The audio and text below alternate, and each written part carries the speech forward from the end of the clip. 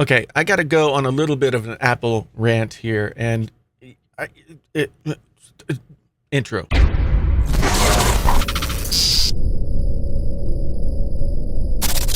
Hey there, friends on YouTube. My name is Jason, sometimes known as the JTL. This is Painfully Honest Tech, so honest it hurts. Thank you for being here. If this is your first time, well, hey, nice to see you.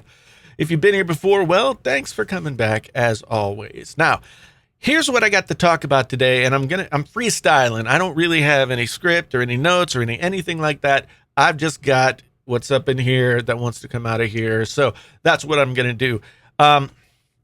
Apple rant. Well, not specifically Apple like as a company, but really iMac rant. 27-inch 5K iMac rant. So if you watched my stream the other night, you would have known if you're there in the beginning that as soon as I started the stream, the Bluetooth in my iMac just stopped working. It said it was on, but it couldn't recognize anything. Everything was just totally screwed up.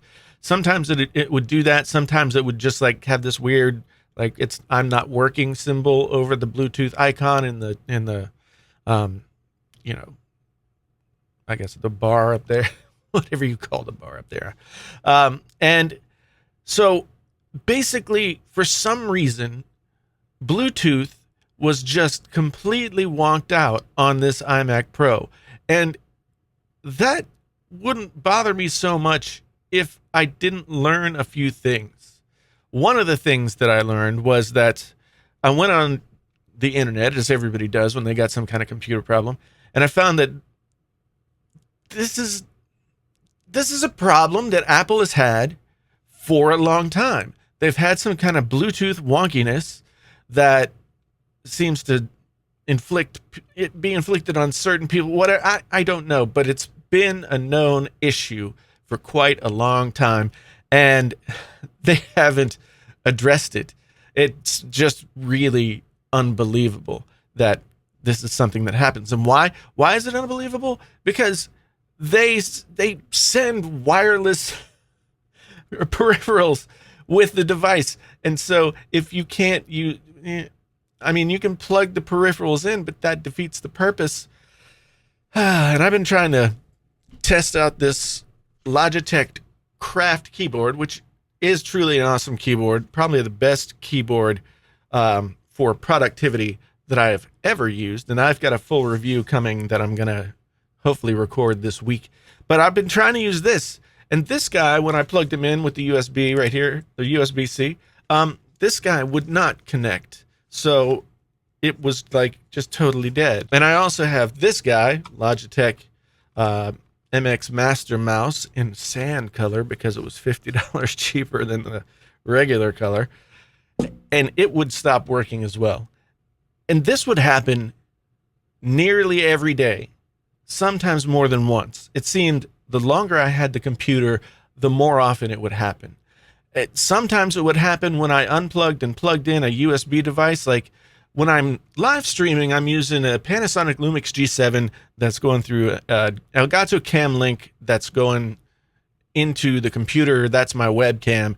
And sometimes the Cam Link just loses connection. Like I can see that the camera's working, but in OBS or whatever, it's not being recognized. So I have to unplug the USB and plug it back in, and then it comes in.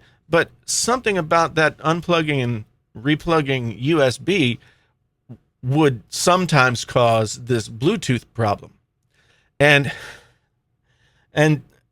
so this is the problem. I'd be ready to do some work, sitting down to do a live stream, sitting down to do whatever. And then the friggin' Bluetooth would go out. And this is not the first machine that I've had this problem on. In fact, I bought the same exact iMac Pro, or not iMac Pro. I bought the same exact iMac with the 3.8 gigahertz i5 and 580 inside and all that kind of stuff. Back at the beginning of the year, I bought one, and I kept it for 2.5 months. And for the first little bit, it was great, but then it just crapped out. So that's when I was like, screw this thing. I am going to sell it and go full PC. And then full PC didn't work very well either, because the creative apps, that when you use the creative apps on a PC, it just doesn't really, like, I don't know. Some people have a lot of success with it. I am more comfortable in the Mac atmosphere when using creative apps, because that's what I learned. I learned, Quark Express and Photoshop and InDesign and Illustrator, and I use Logic to record audio. I have a license to Final Cut Pro, but that was another problem. So for some reason, the audio output. Anyway, I don't want to get into that, or maybe I'll get into it in a minute. But suffice it to say that I like to use Macs for creative stuff.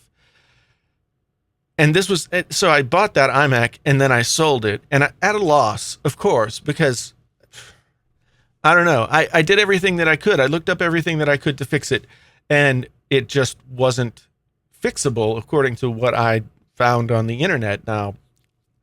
And people were saying, like, Apple knows about this. They've known about it for a long time, and it just still happens. And I'm just really curious as to why it's not like a bigger issue. Like, why don't I see YouTube videos about this Bluetooth problem that iMacs have? So I tried to go the PC route. It just didn't work out. So I went back and I bought the same freaking iMac that I bought in January, and was like, okay, this is the best that I can get right now based on what I can afford. So I'm gonna go with it, and I'm just gonna be happy with it. And over time, the stupid freaking Bluetooth just kept crapping out, so that I would be restarting all the time. Now, I want to know from you people out there, have you had problems like this with Bluetooth? Because it boggles my mind. This is a company that I like enough to keep on coming back. But now I'm getting just super, super frustrated with the glitches and the weirdness that come along with the hardware. What did I do? I went and I got 15-inch MacBook Pro, and I'm going to try and work myself into a little bit more of a minimalist tech life. Now, that may sound strange for someone who does tech reviews, but I want to simplify everything that I do. And so I think I can do that with the MacBook Pro. Is this MacBook Pro perfect? No. I could only afford the one that was had 256 gigabyte hard drive. I could, and it's only got 16 gigs of RAM. I think it's going to work for audio perfectly well. It's going to work for video perfectly well, especially if I use Final Cut Pro. But it's not what I wanted. I wanted to wait until the 2018 laptops are announced, but I just couldn't go on with that MacBook or iMac anymore. I couldn't go on with the iMac anymore. Restarting a Mac every day or so is just something that I've never had to deal with.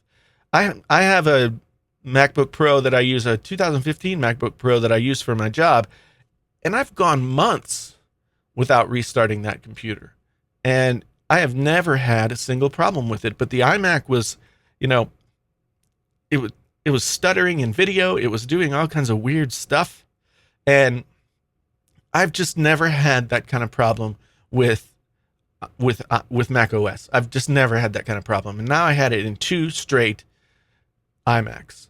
So I'm back to the MacBook Pro. It's not exactly where I want to be, but given that I'm going to be traveling some this summer, given that I'm going to be, kind of more mobile in the summer in general, maybe this is a good thing.